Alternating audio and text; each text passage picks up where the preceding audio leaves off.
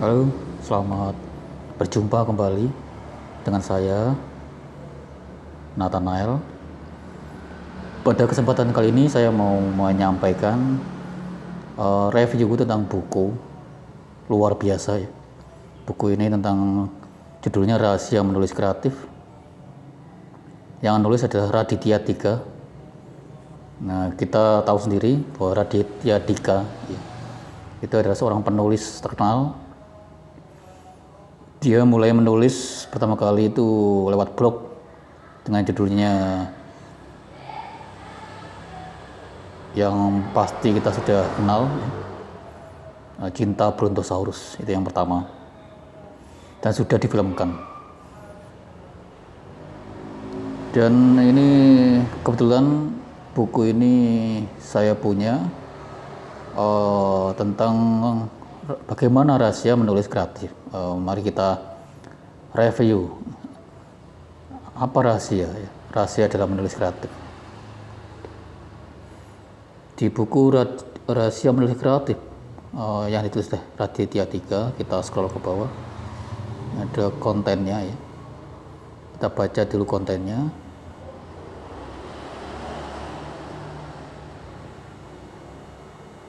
Pertama di bagian 1 nanti, pertama adalah persiapan sebelum menulis. Nah, di bagian 1 Mas Raditya Dika ini mengajak kita seorang penulis harus mempersiapkan dulu, menggali ide, itu yang paling sulit.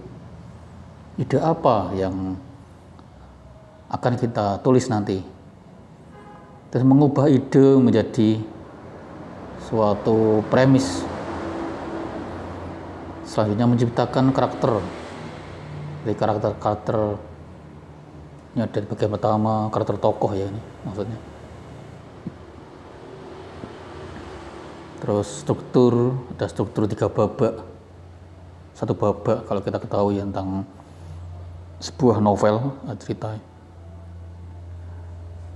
Terus yang bagian kedua adalah dasar-dasar menulis kreatif. Ada dasar-dasar bagaimana kita menulis sebuah point of view. Terus ada first line ya, jadi bagian kalimat pertama yang harus kita tulis.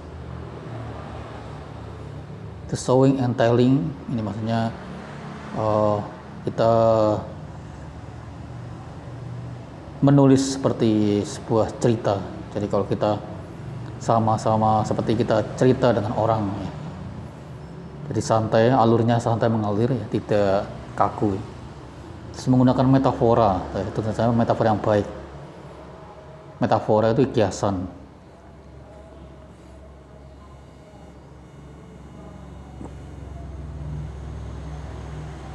Yang ketiga di buku ini mengulas tentang akhir dari sebuah penulisan, yakni editing. Ini yang bagian paling akhir. Terus diajari cara menembus penerbit juga ya. Terus menjual dan mempromosikan buku, dan juga menembus production house.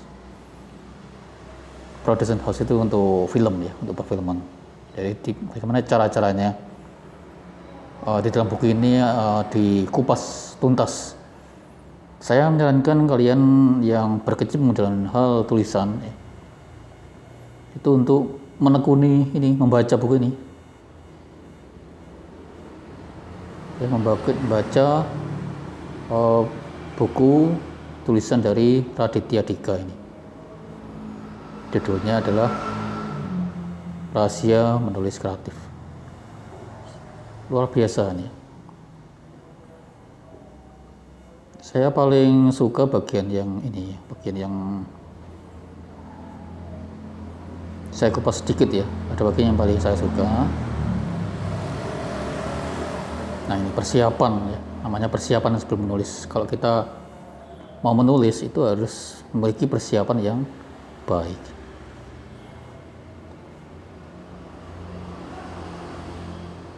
Karena kalau tanpa persiapan kita bisa kebingungan. Ini ada namanya menggali ide. Nah, di bagian menggali ide ini dikupas ya, dikupas tentang caranya ya, bagaimana kita menggali ide, bisa dari kehidupan sehari-hari, bisa dari kita membaca buku orang lain, terus kita akan mendapatkan ide dari situ. Nah, ini bukunya, ini terdiri dari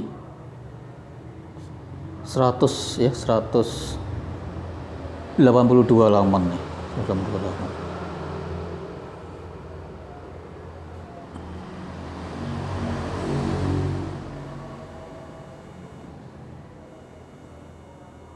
Nah, ini ada contoh tema ya, jadi ide-ide tema. Usia, kalau kalian usia 17 tahun sampai 21 ya, usia remaja ya, ini biasanya menggelisahkan soal cinta pertama biasanya. Tulisan yang ide-ide tulisan pertama adalah ide cinta pertama, mencari sahabat, diberikan kebebasan oleh orang tua dan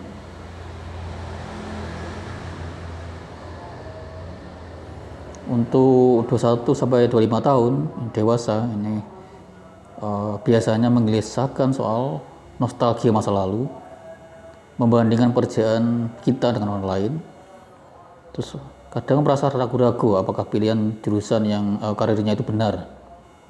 Ini ya, jadi usia 21 sampai 25 ini ide tulisan yang biasa ditulis. Terus untuk usia 50 sampai 60 tahun atau Purbaya, biasanya idenya tentang keinginan untuk kembali merasakan masa lalu ya, masa muda ya. Terus merasa banyak bermimpi. Terus keinginan untuk memiliki lebih banyak waktu bersama keluarga. Ini ide untuk usia umur 50-60 tahun. Ini bisa kita ikuti, ini ide yang bagus.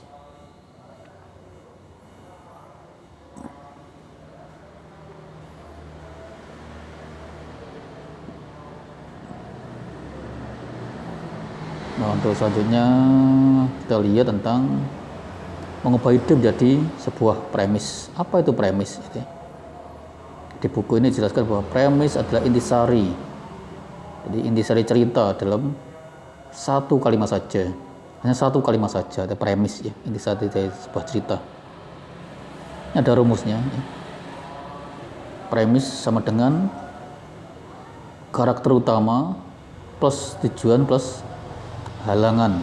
Dari karakter utama plus tujuan plus halangan. Contohnya, seorang penulis yang percaya bahwa cinta bisa kadaluarsa ya, ingin punya pacar, tetapi harus membuktikan bahwa apa yang dia percayai selama ini salah. Nah, ini contohnya ya. Bagus sekali ya contoh dari ini.